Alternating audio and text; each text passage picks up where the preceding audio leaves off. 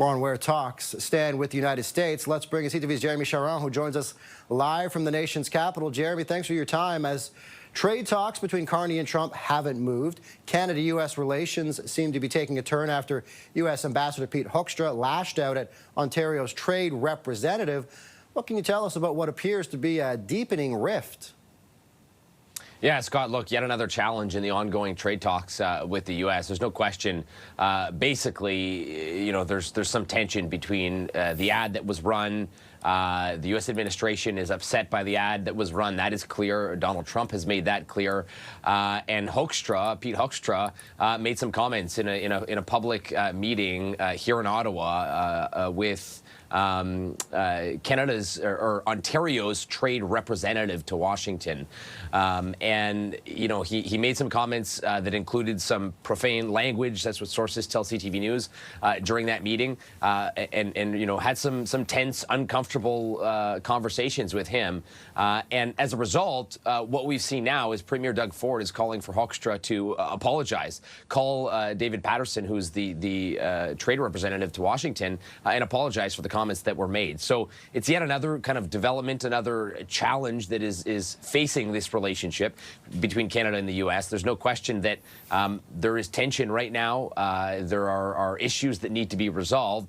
That being said, the two leaders at the top of all of this were part of a dinner together yesterday in South Korea. We know that U.S. President Donald Trump and Prime Minister Mark Carney were both at a dinner that was held in South Korea yesterday. The Prime Minister's office confirms that he had good, constructive conversations about all kinds of topics with all of the leaders that were in that meeting, including U.S. President Donald Trump, who commented on having spoken with Mark Carney on his plane. Here's a little more from Donald Trump. Anything on Canada? Anything on Canada? We had a very nice conversation with him last night. We really did. Thank you. A very nice conversation. So that's, you know, a little more than we had before, Scott, and a little more positive than things were even, you know, 12, 24 hours ago. So what does that mean? Who knows? There's no question tensions are still there between the two following that ad. We know that negotiations were called off. We know that the directive has been sent to negotiators and to U.S. teams to back off for now on specific trade talks.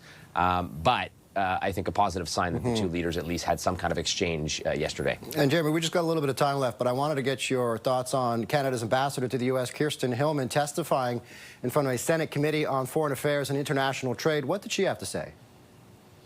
Yeah, the ambassador also is the chief negotiator for Canada in these talks. So, you know, she has significant insight into what is going on here and made comments during that hearing that talks are still...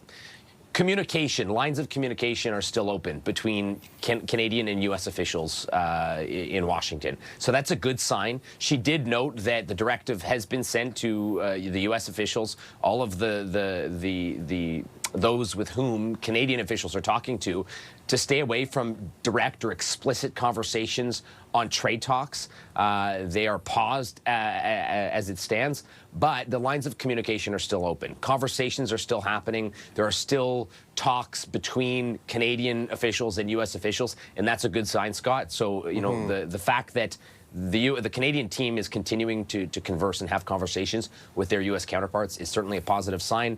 While things are officially paused for now, it's certainly a good thing that talks are still happening at any kind of level at this point. All right, CTV's Jeremie Charron with the very latest from the nation's capital. Jeremie, thanks so much. Anytime, Scott.